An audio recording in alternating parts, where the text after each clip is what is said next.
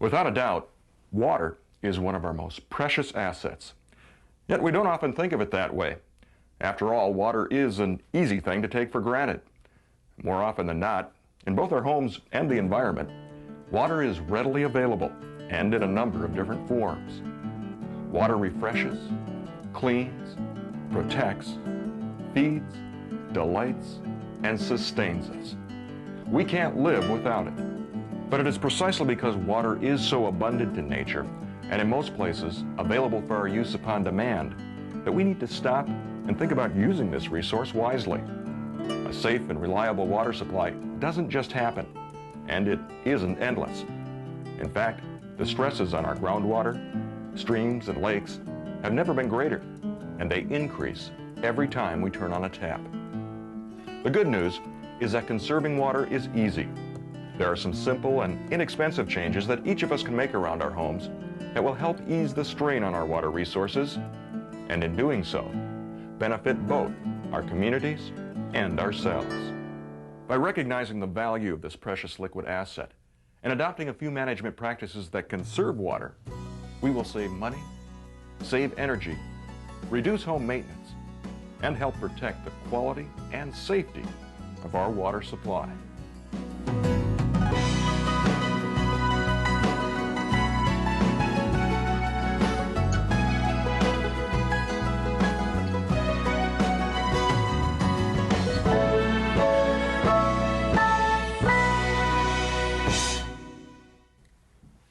Thanks, Russ. Hey, you're welcome, Lori. I see you're going over the plans for some of the changes that are in store for this house.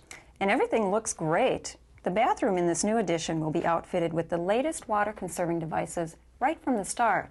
At the same time, modifications made to some of the existing fixtures and plumbing in other parts of the house will help make this whole home very water efficient. Even with adding the new bathroom, the people who live here will significantly reduce the amount of water they consume each month. They're going to save a lot on their water bill. And that's a big reason why conserving water makes good sense, even in parts of the country like this, where water shortages aren't the driving issue. Even though it may appear that we have plenty of it, wasting water never makes sense. The more we use in our households, the more water has to be treated with chemicals for municipal supplies, and the more water enters the wastewater system. Which brings up another way these folks are going to save money. Sewage costs are calculated based on water use. Using less water means paying for less treatment. And treating less water eases the burden on the utility and lowers impacts on the water supply.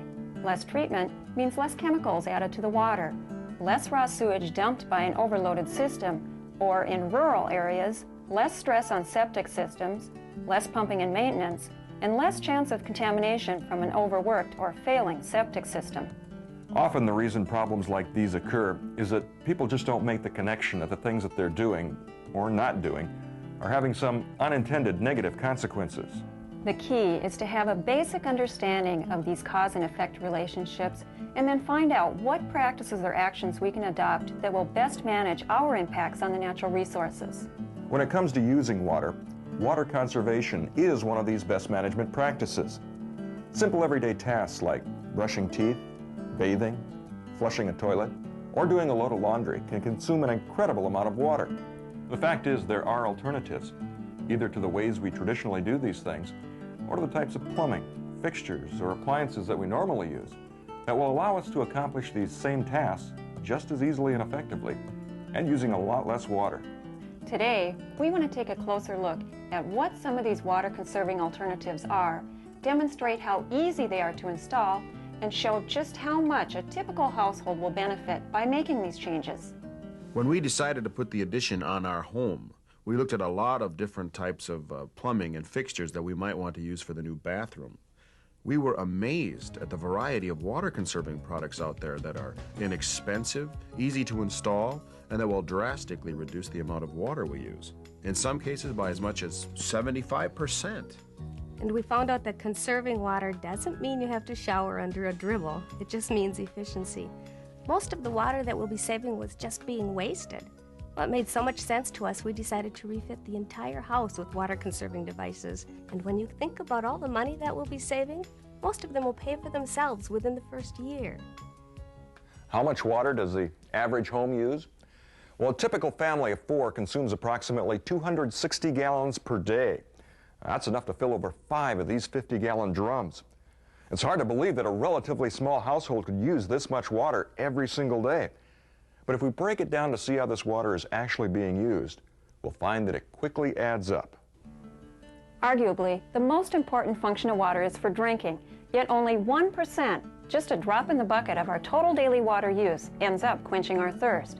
In fact, only 15% of the total even flows out our faucets. 1/3 of this is used for washing dishes, and the rest is used for purposes like washing and cleaning. So where is most of the water being used? The bathroom is the biggest culprit. Toilets account for 40%, nearly half of the water used by the average family. Traditional toilets have tanks that hold about 5 gallons. That's 5 times as much water as the total used for drinking every time someone flushes. Showering and bathing are another big piece of the pie, nearly 35% of the total. The remaining percentage of our household water is used for cleaning in another part of the house. Doing 5 loads of laundry per week makes up the final 10%. Obviously, these numbers vary depending upon the numbers and habits of the people living in a particular home. But one thing does not change. The total amount of water used by any household can be drastically reduced by implementing a few easy, inexpensive, common sense water conservation practices. Here's just one example: flow restrictors for faucets. Between drinking, dishwashing, and other uses, faucets account for 15% of the total household water use. A number of devices are available that control the flow of water out the faucet and help deliver the water more efficiently, and efficiency means savings. In addition, these devices cost only a few dollars and are relatively easy to install. In fact, Tim has installed this one in the time that it's taken me to explain it. Flow restrictors are just one example of a variety of water conservation devices on the market. To learn more about some of the other kinds of things that are available, I made a trip to our local plumbing supply store. With all the new excitement about water conservation, there's a lot of different products on the market today. Whether it's for a shower, toilet, or faucets, there's a lot of different options and a lot of different choices depending on your needs. Some of the simplest devices are faucet aerators, and they can run from a few cents to a couple of dollars. Unscrew the old aerator and screw in the new, and immediately you've got lower flow. It takes but a few seconds. One of the easiest things to do in your home is to change your shower head from a high flow to a low flow shower head. And there's all sorts of models to choose from. It's inexpensive, and by just doing that one thing, you can get savings in a typical household of up to 20%. All the new toilets are low flow, and they come in all sorts of colors and shapes. The old toilets used 5 gallons per flush. The new ones use a fraction of that, 1.5, 1.6 gallons. So you can cut a good 25% of your water use in your home by just retrofitting your toilet. Another thing available today are these pressure toilets, and they're a little more expensive, but they do a great job of flushing with a small amount of water. In areas where lack of water is a real problem, composting toilets can become a real solution. Composting toilet is basically a toilet that requires no water at all. These are becoming real popular on the West Coast or in areas that are becoming real sensitive from failing septic systems. So there's a lot of different options out there for toilets. Today, water conservation doesn't have to be a sacrifice. There's a lot of nice new water conservation devices out there. So a huge variety, a lot of different options for the situation you need. All of them will make your money back in a certain amount of time. As we've seen, the bathroom is where the vast percentage of total household water is being used. A new bathroom like this one that Peggy and Tim are adding to their house is a great opportunity to take advantage of some of the water-conserving devices that Lori looked at. We know in terms of water consumption that the toilet is one of the biggest culprits. And one of the things we found out when we started this project is that whenever you install a new toilet, by law, it has to be a low-flow toilet. That means that it uses 1.6 gallons of water or less per flush. And what a lot of people don't realize is that installing a toilet is a lot easier than they might think. And to show you just how easy it is, I'm going to put this one in right now. Now in this case, we've gotten a bit of a head start. The drain line is in, the flange has been installed, and the tile's been laid. The first step is to install a bowl gasket like this. It's made out of beeswax. It's pretty sticky, but it works.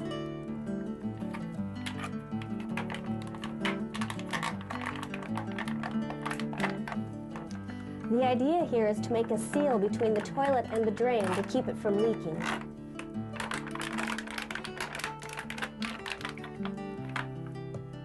The next step is to place the toilet bowl over the drain. Okay, here, let me give you a hand. Thanks.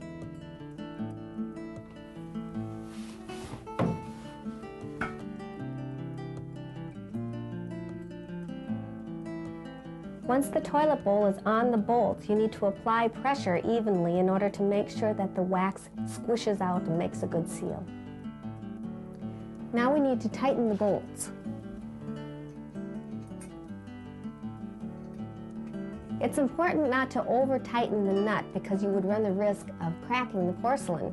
You want to snug it down real good, but don't overdo it. If you were to break the porcelain, the toilet's ruined. Now at this point, I'd install the flushing mechanism inside the toilet tank.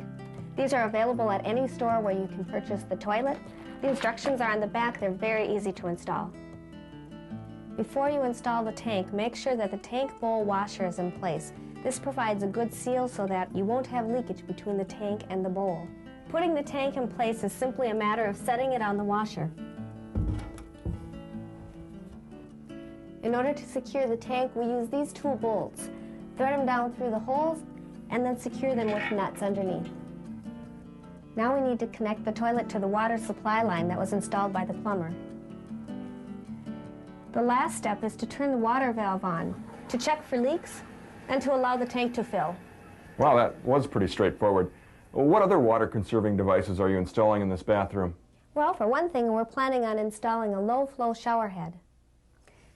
These are very simple to install. They just screw on. The neat thing about it is I can adjust the spray pattern by turning it like this, and it only uses about half the water of an old-fashioned shower head. And you're planning to do something similar with a faucet? That's right. We're planning on installing this low-flow aerator in the sink. It cuts the water usage down to less than a gallon a minute. We can get away with this in the bathroom because this sink will only be used for washing hands and brushing teeth. The fixtures in the new bathroom look great, but what about making water-conserving modifications to pre-existing plumbing? As we explained, the Whites have decided to retrofit their first bathroom so it's also water efficient. Again, in terms of sheer gallons consumed, the toilet is of primary concern, and here they had a couple of choices. Well, we really had two options. We could make modifications to the old toilet, or we could replace it with a new low-flow unit, which is what we decided to do. One of the modifications we might have done to the old toilet was to put an object into the tank to displace some of the water. That way we wouldn't use as much water when we flushed. One of the things people have commonly used for this purpose is a brick. A brick is not a good idea because pieces of it can flake off and get lodged under the flapper, causing it to leak. A better idea would be to use a plastic bottle totally filled with water or sand. These don't have to be anything fancy. Anything that will fit inside the tank will be fine. Just make sure it doesn't interfere with the flushing mechanism. And make sure that whatever you put into the tank doesn't displace so much water that the toilet won't flush properly. You're not going to save any water if you have to flush twice. Okay, anything else? A lot of people don't realize how much water is wasted because of a leaking flapper. Whether your toilet is new or old, it should be replaced every 2 or 3 years. That's a good point. I see you've also installed a new tub in here. You know, one of the things we considered putting into the new addition was a jacuzzi. But when we found out how much water and chemicals they use, we decided that wasn't for us. So we put this whirlpool tub into this bathroom. It made a lot more sense. It feels like a jacuzzi, but it uses a lot less water. Running less water through toilets and drains has another very important benefit. It actually helps keep the septic system operating properly. Or, for homes hooked up to municipal sewage treatment systems, water conservation helps to ease the burden on the utility. I recently visited with an expert in this area and asked him to explain to us why this is so. Water conservation is really important to everyone, whether you live in a rural situation and use an on-site wastewater system for your individual home, or whether you're part of a larger community and belong to a collection system that brings all of that wastewater down to a regional treatment plant. It really boils down to the fact that the more water that's used in any number of ways, either by running the tap or taking a 15 or 20-minute shower, the difficulty with that is that the system becomes overloaded. On-site wastewater treatment systems are very sensitive to the amount of water that actually is introduced into the system. The more water that's pushed into them, the less treatment that occurs. The less treatment that occurs, the more damage that is created both to the on-site wastewater treatment system and to the surrounding environment.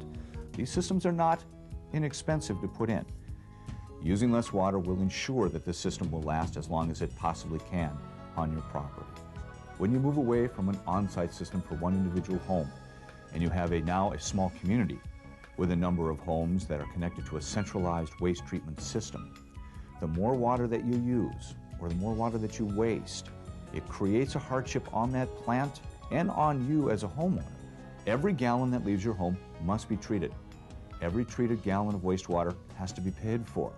Many people think, once it leaves my sink, it's not my problem. But at the end of the month, when they receive their bill for treating that water, it is their problem. They have a direct way of dealing with that cost simply by conserving water and conserving this natural resource. Natural resources are, of course, a very high priority for anyone that lives in any community, in that we need to maintain those resources as well as we can. Wastewater treatment facilities use a chemical called chlorine in the final disinfection of wastewater. The less water that we have to deal with, the less we use of some of these chemicals that are inherently damaging to the environment. We've seen how important and easy it is to convert a bathroom over to water-conserving methods. Now it's time to broaden the picture. These same ideas can be adapted anywhere, including the kitchen sink. That's right. We've already seen how easy it was for Tim to install a flow restrictor. The flow restrictor is great since it allows us to have more water pressure for filling pots and pans, or less for rinsing dishes. That's great for doing dishes in the sink, but I see you also have a dishwasher. Yes, this is an older model. We plan to upgrade to one that uses less water, but in the meantime, we can save water by making sure the load is full before we run it. That makes good sense. Anything else?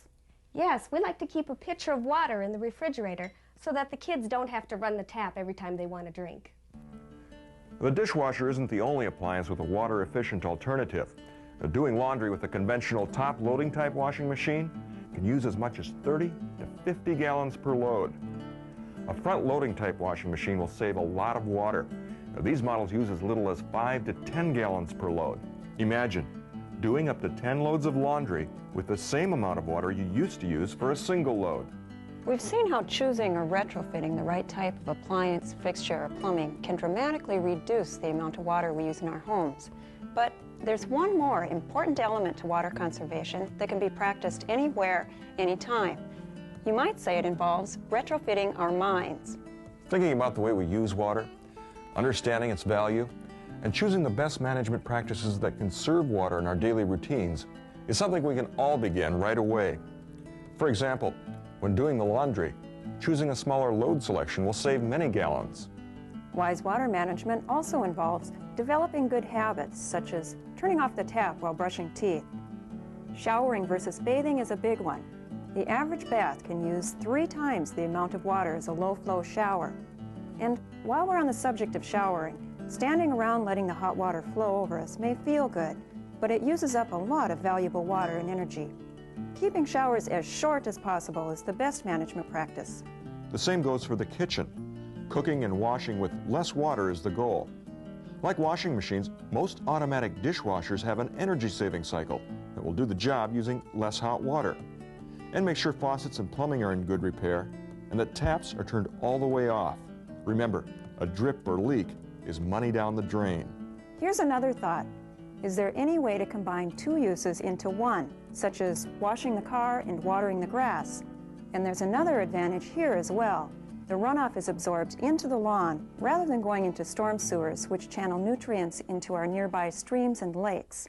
Remember, the basic idea behind any water conservation habit or action is efficiency. We found out that conserving water doesn't mean you have to shower under a dribble. It just means efficiency. Most of the water that we'll be saving was just going to waste. One of the easiest things to do in your home is to change your shower head from a high flow to a low flow shower head. And there's all sorts of models to choose from. It's inexpensive, and by just doing that one thing, you can get savings in a typical household of up to 20%. Whether water conservation occurs on an on-site system, or whether it occurs in a treatment plant, the less water that we use, the less it's going to cost the individual homeowner. A number of state and local agencies have worked together to produce a fact sheet about water use and conservation that will help guide you as you make these important choices for your life and home. The fact sheet is just one in a packet full of information about the best management practices for a number of water-related topics and activities.